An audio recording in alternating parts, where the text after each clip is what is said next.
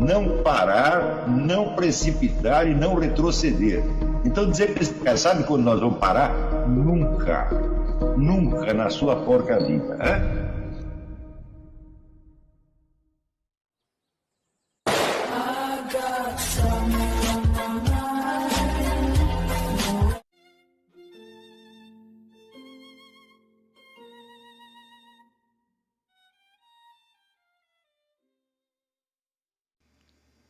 E aí pessoal, tranquilo?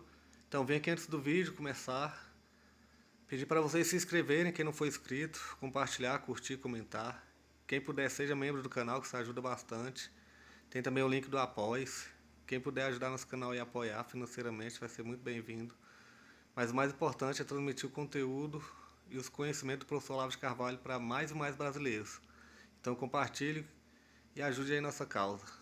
Muito obrigado a todos os membros, apoiadores do canal. Fico muito feliz. Tenho certeza que a gente está no caminho certo. Então fiquem com o vídeo e até mais. Valeu! Aqui eu coloco uma série de informações que são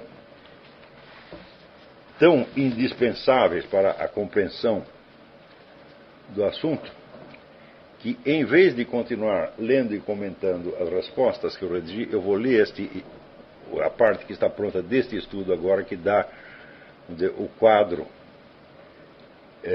geral, onde inclusive acontece o próprio debate. O estudo chama-se provisoriamente Alexandre Dugin e a Guerra dos Continentes. Então, eu vou ler e comentar aqui. Em matéria de teorias da conspiração, o professor Alexandre Dugin é algo como uma autoridade.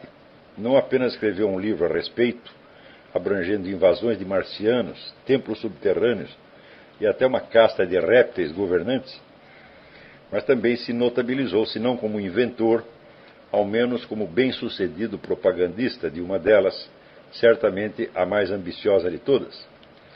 Ambiciosa não só no alcance do seu alegado poder explicativo, que abrange nada menos que toda a história humana, mas também nos efeitos político-militares que aspira a desencadear. A aliança da Rússia com a China e países islâmicos, além de parte da Europa Ocidental, numa guerra total contra os Estados Unidos e Israel, seguida da instauração de uma ditadura mundial. O professor Dugin não é um sonhador, um poeta macabro a criar hecatombes imaginárias num porão escuro infestado de ratos. É o mentor do governo Putin e o cérebro por trás da política externa russa. Daqui a pouco nós vamos ver, quando vocês ouvirem alguém dizer o seguinte: não, mas o Dugin não está exercendo mais grande influência lá. Isso aí é claramente desinformação, isso aí é despistamento. Nós veremos daqui a pouco por que isso é assim. Suas ideias desde há muito já deixaram de ser meras especulações. Uma de suas encarnações materiais é a Organização de Cooperação de Xangai, que reúne Rússia, China, Cazaquistão, Quirguistão, Tajiquistão e Uzbequistão, e pretende ser o centro de uma reestruturação do poder militar mundial. Em 2006 eu escrevi um artigo no Diário do Comércio a respeito disso, com o título de Sugestão aos Bem-Pensantes. Outra encarnação do pensamento do Dugin é o eixo Paris-Berlim-Moscou. Há anos a menina dos olhos da diplomacia russa, que já é uma realidade hoje.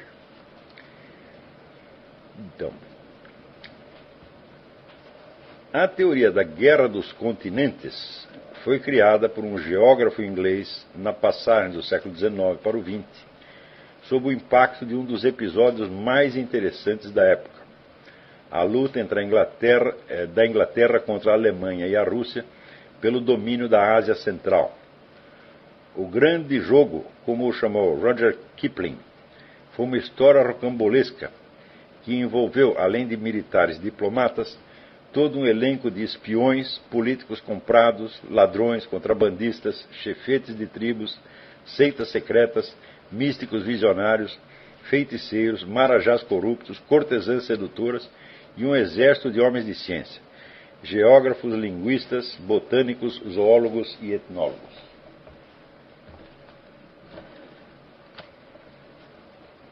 Na ocasião, o que o governo de Londres mais temia é que uma aliança entre a Rússia e a Alemanha cravasse as guerras naquela área tão cobiçada por suas riquezas naturais e sua posição estratégica, pondo em risco a segurança do Império Britânico. A disputa arrastou-se por décadas, ora com vantagem para um lado, ora para o outro, desembocando por fim na Primeira Guerra Mundial. Então agora eu vou dar a primeira origem da doutrina eurasiana da Guerra dos Continentes. Em 25 de janeiro de 1904, o geógrafo e cientista político Halford John Mackinder, nascido em 1961, morto em 1947, apresentou à Royal Geographic Society de Londres a tese de que a Ásia Central era o pivô da história e de que nas décadas seguintes a Rússia estaria em posição mais que vantajosa para expandir seu poder com base naquela área. Sem nenhuma pretensão de criar uma teoria geral da história ou de postular um determinismo geográfico à moda de Buckle, antes reconhecendo que tudo o que podia fazer era especular alguns aspectos dos condicionantes geográficos do processo histórico, Mackinder enfatizava que a geografia impunha limites precisos à iniciativa humana, favorecendo umas ações e dificultando outras.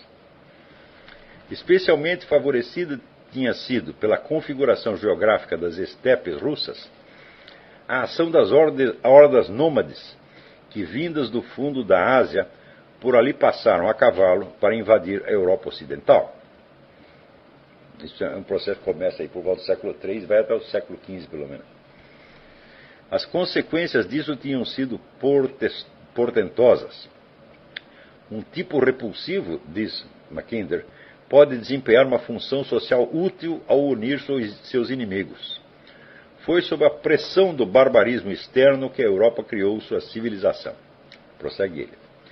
Por 1000 anos, povos cavaleiros emergiram da Ásia através dos amplos intervalos entre os montes Urais e o Mar Cáspio, cavalgaram através dos espaços abertos do sul da Rússia e vieram atacar a Hungria, no coração mesmo da Península Europeia, formando, pela necessidade de lhes opor resistência, a história de cada um dos grandes povos em torno, russos, alemães, franceses, italianos e gregos bizantinos. Talvez o Mackinder exagere um pouco a função do elemento antagônico na criação e na origem da civilização europeia, mas que esse elemento existe e que foi importante, é claro que foi. Eu, inclusive, me lembro de ter mencionado aulas atrás que toda a formação, vamos dizer, da casta nobre europeia se deu justamente aqui. Quer dizer que, quando das invasões bárbaras, então, evidentemente, se destacavam na defesa do território algumas lideranças locais. E essas, vamos dizer, essa força espontânea de resistência que foi a origem da casta aristocrática militar europeia. O que virou a sorte a favor dos europeus foram dois fatores. Primeiro, as limitações intrínsecas do potencial de ataque dos bárbaros. Explica o Mackinder. Que a invasão bárbara estimulasse uma saudável e poderosa reação, em vez de esmagar toda a oposição sob um despotismo amplamente disseminado, foi devido ao fato de que a mobilidade do seu poder estava condicionada pelas estepes e cessava necessariamente nas florestas e montanhas circundantes. Quer dizer, estepe é um espaço aberto, onde com uma pastagem relativamente rala, mas onipresente, quer dizer, onde quer que você vá tem comida para o seu cavalo, e é um negócio plano que o cavalo atravessa facilmente. Então aquilo facilitava, vamos dizer, a travessia das hordas bárbaras. Segundo, a evolução da técnica marítima, que inaugurou a era das grandes navegações. Explica o Mackinder. O importantíssimo resultado da descoberta da via para as Índias através do Cabo foi conectar as navegações ocidental e oriental da Euroásia e assim neutralizar em alguma medida a vantagem estratégica da posição central dos nômades da estepe, pressionando-os pela retaguarda. A revolução iniciada pelos grandes marinheiros da geração de Colombo dotou a cristandade da mais ampla mobilidade de poder. Quer dizer, a vantagem dos bárbaros é justamente a mobilidade. E o desenvolvimento da navegação criou uma possibilidade de uma mobilidade ainda maior, virando então a balança de poder. O efeito político, prossegue Mackinder, foi inverter as relações da Europa e da Ásia. Pois, enquanto na Idade Média a Europa estava enjaulada entre um intransponível deserto ao sul, um oceano desconhecido a oeste e imensidões geladas ou florestais ao norte e nordeste, e no leste e no sudeste era constantemente ameaçada pela mobilidade superior dos homens montados em cavalos ou camelos, ela agora emergia sobre o mundo, multiplicando em mais de 30 vezes a superfície dos mares e as terras costeiras a que tinha acesso. Mas isso não acarretou o fim do poder terrestre. Se este se concentrou a leste, enquanto o ocidente desenvolvia mais o poder marítimo, não foi só pela diversidade das condições geográficas, mas por uma diferença de culturas, explica o Mackinder. Foi provavelmente uma das mais espantosas coincidências da história que as expansões marítima e terrestre da Europa continuassem de algum modo a antiga oposição entre romanos e gregos. Poucos fracassos maiores tiveram consequências de mais longo alcance do que o fracasso de Roma em latinizar os gregos. Os teutônicos foram civilizados e cristianizados pelos romanos, os eslavos, na maioria, pelos gregos. Foi o romano teutônico que, em tempos posteriores, embarcou no oceano. Foi o greco-eslavo que cavalgou nas estepes, conquistando os turanianos, habitantes antigos do lugar. Assim, o moderno poder terrestre difere do poder marítimo não menos na fonte dos seus ideais do que nas condições materiais da sua mobilidade.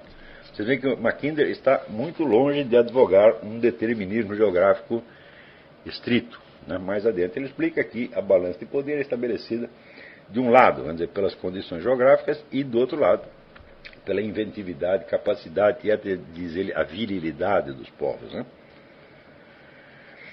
Se a era das grandes navegações havia favorecido a Europa, a evolução da técnica em tempos mais recentes indicava uma retomada de vigor do poder terrestre, portanto da Euroásia. Explica ele. Uma geração atrás, o vapor e o canal de Suez pareciam ter aumentado a mobilidade do poder marítimo em relação ao poder terrestre. As ferrovias então funcionavam principalmente como alimentadoras do comércio oceânico. Mas as ferrovias transcontinentais estão agora transmutando as condições de poder terrestre. E em parte alguma elas podem ter esse efeito como no centro fechado da Euroásia, em vastas áreas onde nem madeira nem pedra são acessíveis para a construção de rodovias. Ou seja, na hora de criar as rodovias transcontinentais, as ferrovias transcontinentais, as ferrovias deixaram de ser apenas um auxiliar do comércio marítimo e se tornaram, vamos dizer, um meio de transporte efetivo, um meio vamos dizer, de transporte de mercadorias, vamos dizer, por seus próprios meios. Né? O exército russo na Manchúria é uma prova tão significativa da mobilidade do poder terrestre quanto o exército britânico na África do Sul o foi do poder marítimo. Na verdade, os russos colocaram muito mais gente, transportaram muito mais soldados por via terrestre do que o Império Britânico jamais havia transportado por via marítima. Tudo favorecia a médio prazo a hegemonia da Rússia, prossegue Mackinder.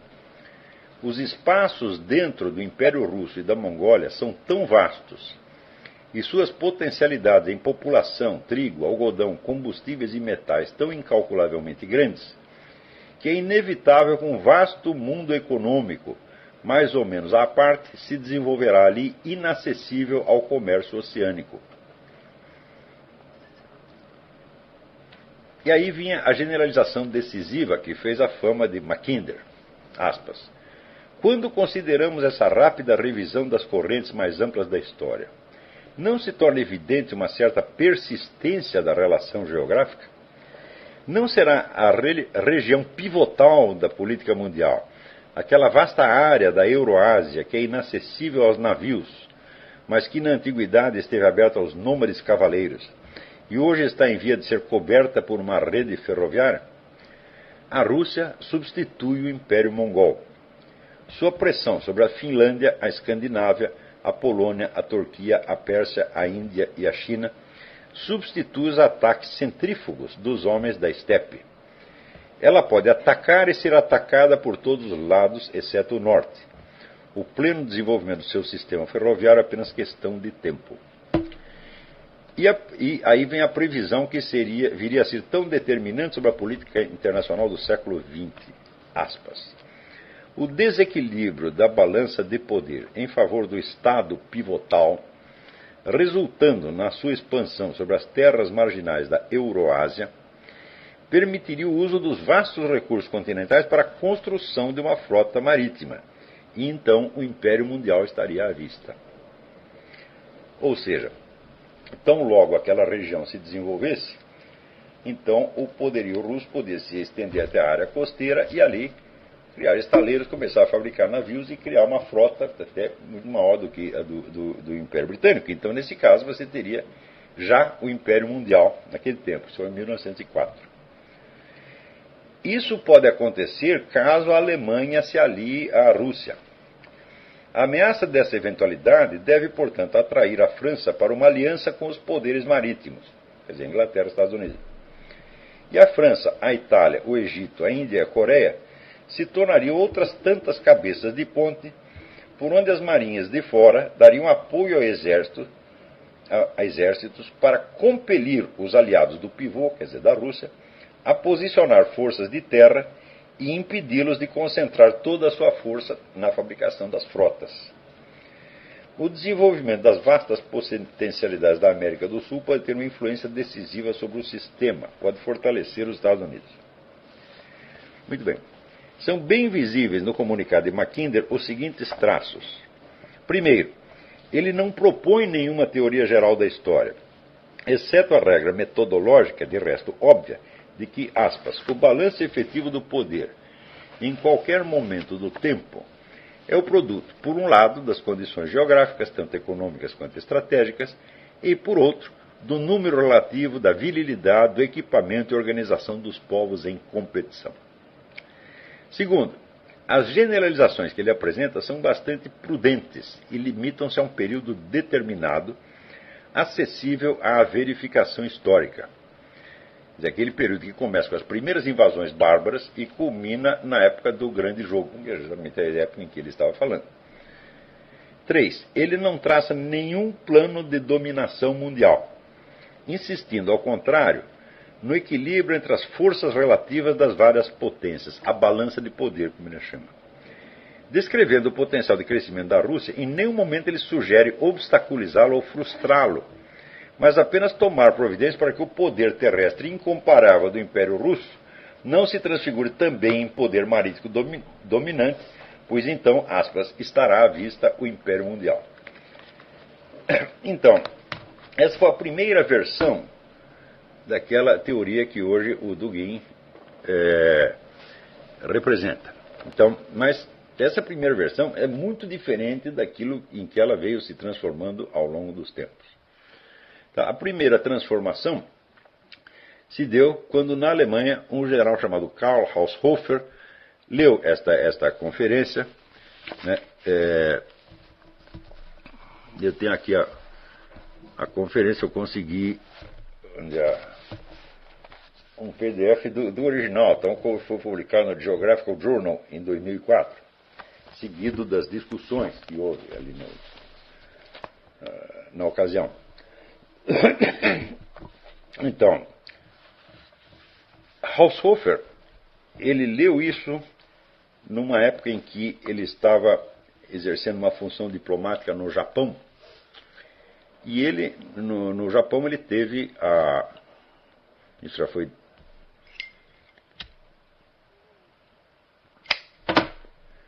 depois desta conferência aqui, né? E no Japão, esse Haushofer ele teve uma experiência muito interessante. Ele, por um lado, estava meditando o fracasso alemão na Primeira Guerra Mundial. E ele notou que a formação da oficialidade alemã e da liderança política alemã dava muita atenção aos aspectos jurídicos e administrativos, mas nada àquilo que ele viria a chamar geopolítica. Antes da geopolítica existia naturalmente um negócio chamado geografia política, que é a descrição, vamos dizer, das várias fronteiras, jurisdições, etc, etc. Quer dizer, é a divisão política do planeta, né? Então, você pode, qualquer atlas, você vai ver que você tem lá um mapa, por exemplo, você tem um mapa geológico, você tem um mapa econômico, você tem um mapa político, que são as fronteiras. Mas a geografia política era apenas descritiva. E Haushofer viu em ação no Japão algo que a qual depois ele daria a formulação explícita, teórica, e que ele chamaria de geopolítica. Então, primeiro, o regime japonês era um regime quase totalitário. Quer dizer, o governo controlava tudo, você tinha um parlamento, mas a função do parlamento é apenas carimbar o decreto do imperador. O governo exercia controle total sobre a opinião pública e fazia isso, vamos dizer, num ambiente já socialmente propício, onde os indivíduos não tinham a menor importância, o que importava eram as famílias e comunidades, né? Então, onde não se tinha sequer a ideia, vamos dizer, de uma independência de opiniões individuais, né? E nessa atmosfera, o governo japonês exercia uma pressão constante sobre a opinião pública para mantê-la em estado de alarma, anunciando dois problemas. Primeiro, a superpopulação e, segundo, a possível falta de comida. Então, dizia que a população japonesa estava crescendo mais do que o território comportava e, em breve, não haveria comida para todos. As duas coisas eram mentira, porque, conforme o próprio Haushofer percebeu, ele notou que a densidade populacional do Japão na época era menor que a da Alemanha, né? E, segundo, problema de comida não havia, porque o Japão era totalmente autossuficiente em matéria de produção de alimentos. Praticamente não tinha que importar nada. E a alimentação era abundante. Então, ele notou que se havia, vamos dizer, esta constante propaganda do governo para manter as pessoas em estado de alarma quanto a esses pontos, não era para enfrentar problemas reais que já estivessem se manifestando ou que se pudesse esperar para as próximas décadas. O que o governo japonês estava fazendo era realmente preparar uma expansão imperialista. E isso logo se observou quando um oficial japonês foi morto na Coreia e imediatamente o Japão, sem declarar guerra e sem dizer que estava fazendo nada, simplesmente invadiu a Coreia, né? E tomou posse do lugar extraoficialmente. Como não houve declaração de guerra nem coisa nenhuma, como tudo foi feito mais ou menos na moita, então simplesmente não houve reação da comunidade internacional. Então Haushofer viu aquilo e ficou maravilhado. Ele disse, olha, é isso que nós precisamos fazer. Então, e ele, quando volta para a Alemanha, então ele funda o tal do Instituto de Geopolítica e uma revista de geopolítica e começa a tentar fazer a cabeça dos políticos no sentido de despertar o interesse deles para essa nova disciplina que ele criou, chamada geopolítica. Ora, a geopolítica consiste em fazer exatamente o que o Japão fez. Quer dizer, você vai usar todos os dados fornecidos pela geografia política, pela geografia humana, geografia econômica, etc, etc, etc, em vista de um plano de governo. Quer dizer que a geopolítica não é uma ciência teórica. É uma ciência que visa, diz ele, a preparar o estadista. E é uma ciência na qual o Estado é visto não como uma entidade estática, tal como na geografia política. Na geografia política você vê lá uma fronteira definida, né, jurisdições definidas, etc, etc. Mas vê o Estado como uma entidade dinâmica, quer dizer, uma entidade em crescimento. Então quer dizer que a ideia da expansão internacional, A ideia do imperialismo, em suma, está no coração mesmo da geopolítica, né? Então, nós podemos definir quase que a geopolítica como a arte do imperialismo, né? A ciência e a arte do imperialismo.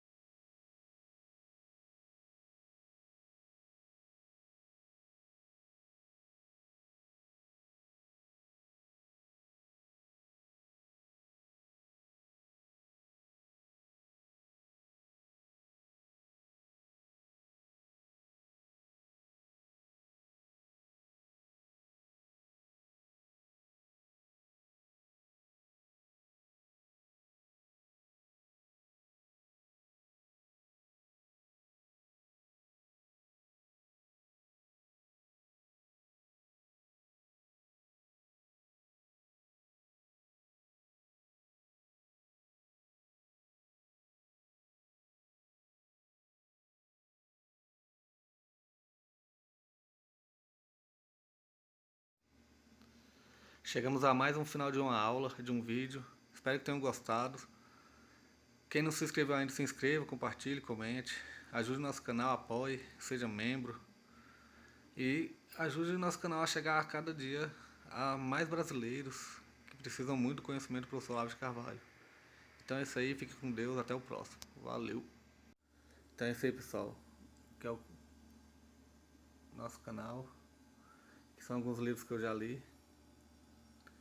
A maioria foi doação, mas alguns eu adquiri, professor Olavo de Carvalho.